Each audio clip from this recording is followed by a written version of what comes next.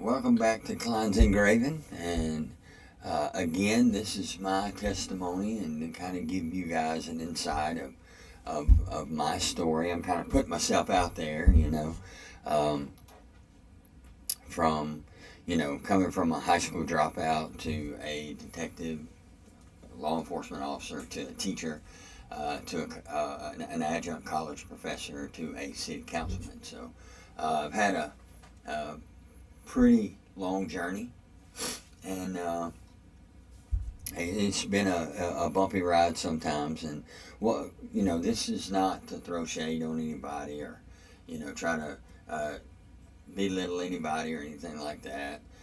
This is basically just my testimony, my story.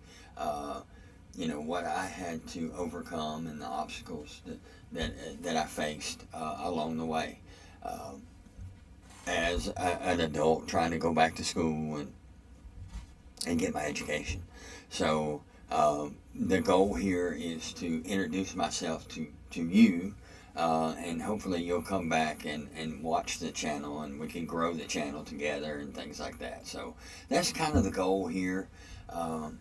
But jumping right into it, as you can see, when I was born, I have a cleft lip and palate, and that is largely due to my father's service in Vietnam. And I'll do one video after I do this series of video just on that.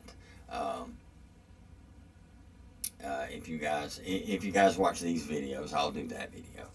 That's a pretty powerful video.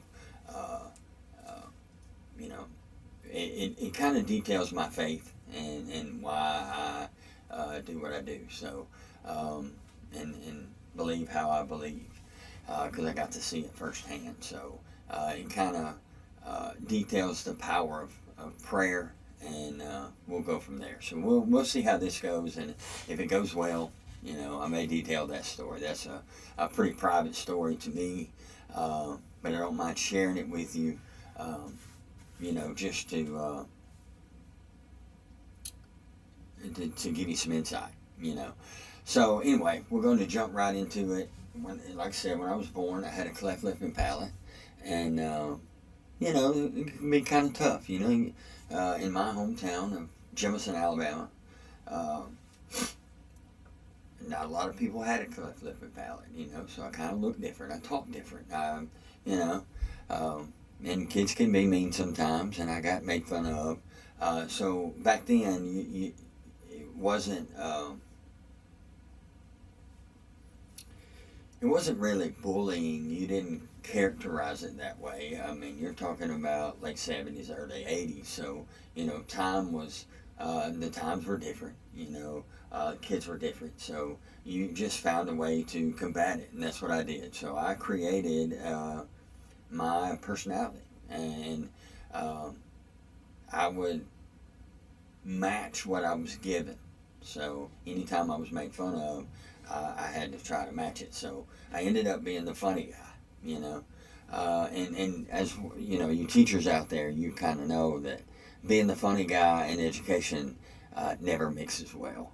So when I created that personality to kind of be able to come back on somebody that was making fun of me, it sacrificed my education, because what does being funny get you? It gets you attention, people want to be around you, people want to hang around you, So I got made fun of less and less, and it was never really a big deal. I'm sure people were making fun of me, but I never really cared. So I was able to kind of give it back as much as I was getting it. So when that happens, you get made fun of less and less, so that was never really, to me, that was never really an issue, just because I was able to give it back. And the problem with that is it didn't stop there, so it kind of kept going. And every year I had to be funnier and funnier and funnier, to the point where I would watch comedians and Saturday Night Live and all, uh, and then I wanted to be a comedian. Now, that didn't work out well, because where I thought I was funny, my classmates thought I was funny, teachers not so much, and so it was one of those things where I sacrificed my education to be the funny man, and I did that all the way up. Now, back then it was a little different, and education was different, and for the early years, you just kind of got you got to pass along. You got to pass along. I mean, just be honest, because teachers didn't want to deal with you. They didn't want to deal with me. I was more of a disruption than anything else. And as a teacher, I deal with those same kids, and I see myself in the classroom now, and like I really understand now. What I was doing was not funny to them. Now, they might have laughed, they might have giggled, they might have, but it wasn't funny because I was a disruption. I was a horrible student. It just is what it is. So, we rock on, a few years, and, went through grade after grade after grade. Well, finally, when I got to high school, hey, I'm the popular kid because I'm the funny guy, So I was popular. I got what I wanted in high school. You want to be popular. You want people to be around you and want to hang out with you on Friday night because, in my small town, there's not a lot to do. We had a McDonald's. Actually, we didn't have a McDonald's until I was in high school. So we had a Dairy Delight and, a truck stop, and that was about it, But, you found a way to do, things as a small town where you hung out, you played basketball in high school, So you found a way to keep yourself busy to try to keep yourself out of trouble. So, and even though I was a disruption and I was a horrible student, we had a blast, man. I had a little friend group that I hung out with that, for the most part, still kind of talk to today. So it's not bad. It's not bad. The issue is that all that fun times that we had in classes and doing things, my education suffered. I sacrificed my education for popularity. And I wasn't like homecoming king or anything like that, but it was one of those situations where I was like SGA president, SGA vice president. Like I did things in school. I wasn't just blind. People weren't blind to me. They knew who I was, and it was one of those where I had to keep up. Like I had to keep doing it. I had to keep being the funny guy. Well, being the funny guy meant that I sacrificed my education, and the issue was that I didn't understand what I was doing. So I had gotten to the point where I'm going into my 11th grade year, but I'm behind in English because I had failed a couple of times, and so at this point, I could just really barely read. I mean, I could read, but it wasn't good. I couldn't write. I couldn't do the things that I was supposed to be able to do. Math was, man, I just bomb out math. Just barely getting by. Just enough to get by. But then I became kind of serious about it because it kind of got to that point where, like, hey, you're playing around a lot and you're not going to graduate. So now I done failed a couple times at this point, and so I'm like, man, I'm not going to make it if I don't do something. So I kind of got serious about it, probably going into my 11th grade year. All right, so in between my 11th, 12th grade year, My 10th and 11th grade year went to summer school.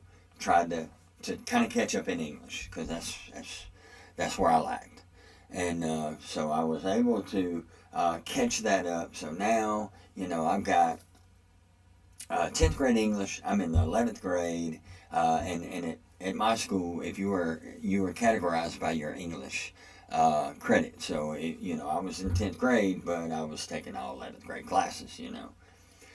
So in between my 11th and 12th grade year, now mind you, I'm like 18, 19, 20 years old at this point.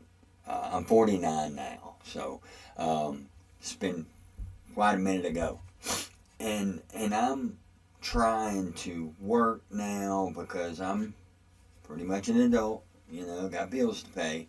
At this point, because I got a car payment, got these things that I wanted because when you're 18, 19, 20 years old, you want your own car and things like that. So I tore up the car my parents gave me and ended up having to buy one on my own. So there we go.